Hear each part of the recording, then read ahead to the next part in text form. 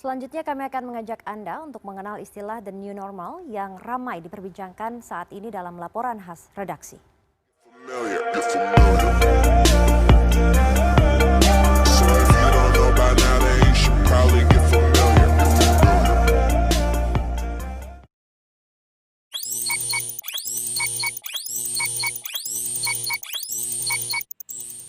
Assalamualaikum warahmatullahi wabarakatuh. Perkenalkan, nama saya Rafli Yona Adi, NPM 19410069 dari kelas Ilmu Komunikasi 02. Di sini saya akan beropini mengenai new normal di dunia kampus.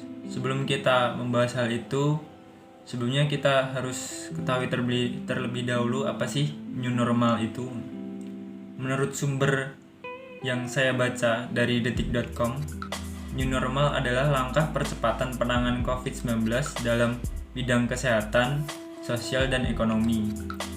Dan skenario new normal dijalankan dengan mempertimbangkan kesiapan daerah dan hasil riset epidemiologis di wilayah terkait. Artinya, new normal di dunia kampus adalah langkah percepatan penanganan COVID-19 dalam bidang pendidikan khususnya di perguruan tinggi.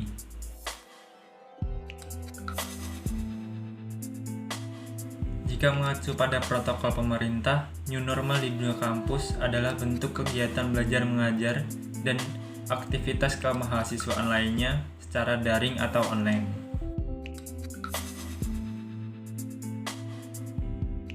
Bentuk new normal di dunia kampus yang sedang saya jalani adalah bentuk kegiatan belajar mengajar secara daring melalui beberapa jejaring sosial seperti WhatsApp, Google Class, dan Zoom.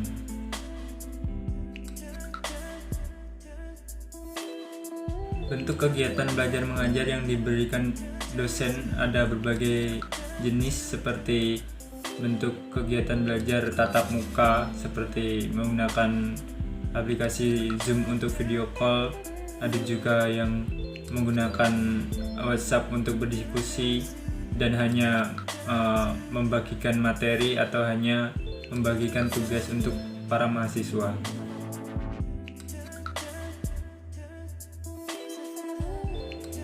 Untuk pendapat saya pribadi sebagai seorang mahasiswa, new normal di dunia kampus itu cukup efektif untuk menghambat penyebaran COVID-19 dan juga cukup efektif untuk mempercepat penanganan pandemi dalam bidang kesehatan, sosial, ekonomi, dan lain-lain.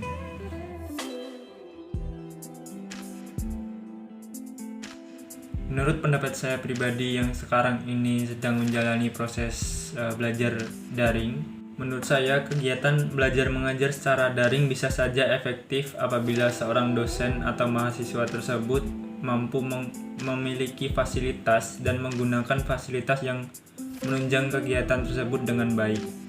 Dan tentunya harus dibarengi dengan fasilitas yang disediakan oleh universitas itu sendiri. Tetapi masalahnya, jika semua elemen penunjang kegiatan tersebut belum bisa dipenuhi, maka bisa dibilang kegiatan belajar mengajar secara daring tersebut belum cukup efektif. Contoh permasalahan tersebut seperti mahasiswa yang tidak memiliki perangkat elektronik atau gadget yang memadai, dosen yang kurang paham mengenai teknologi, mahasiswa yang tinggal di daerah yang susah sinyal, atau mahasiswa yang keberatan akan tagihan kuota, dan lain-lain.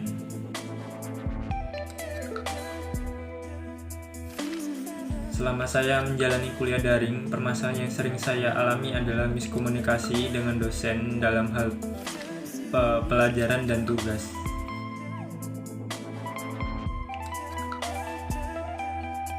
Menurut pendapat saya pribadi, bentuk kegiatan belajar mengajar yang bisa lebih efektif adalah bentuk penyampaian materi secara tatap muka dengan materi tersebut di-share di YouTube. Karena jika men-share materi tersebut di YouTube, mahasiswa dapat mengatur kualitas video agar tidak memakan banyak kuota saat menonton materi tersebut. Dan mahasiswa juga dapat mengunduh video tersebut agar dapat ditonton kapan saja tanpa menggunakan kuota lagi. dan sudah tersedia kolom komentar untuk berdiskusi antara dosen dengan mahasiswa. Karena jika menggunakan aplikasi seperti Zoom dan aplikasi yang lainnya, itu cukup memakan banyak kuota, dan jika hanya mengandalkan aplikasi seperti WhatsApp dan Google Class, itu terbilang kurang efektif. Tetapi permasalahan yang akan ditemui bila bentuk pembelajaran tersebut melalui YouTube adalah mampu atau tidaknya seorang dosen menggunakan YouTube itu sendiri.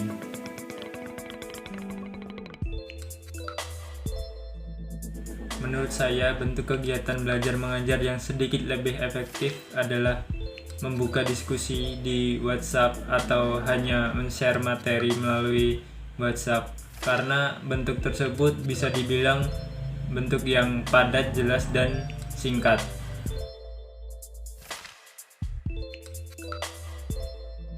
Menurut pendapat saya pribadi, saya lebih mengedepankan bentuk new normal di dunia kampus berupa kuliah tatap muka secara langsung di kampus, dan tentunya menggunakan protokol kesehatan dan terjamin keamanannya. Karena saya sebagai mahasiswa yang menjalani proses kegiatan belajar mengajar secara daring, merasakan bahwa kegiatan tersebut kurang efektif apabila bicara soal kualitas pembelajaran. Mungkin itu saja opini yang bisa saya sampaikan. Jika ada kata yang tidak berkenan atau informasi yang kurang tepat, saya mohon maaf. Sekian video dari saya, terima kasih.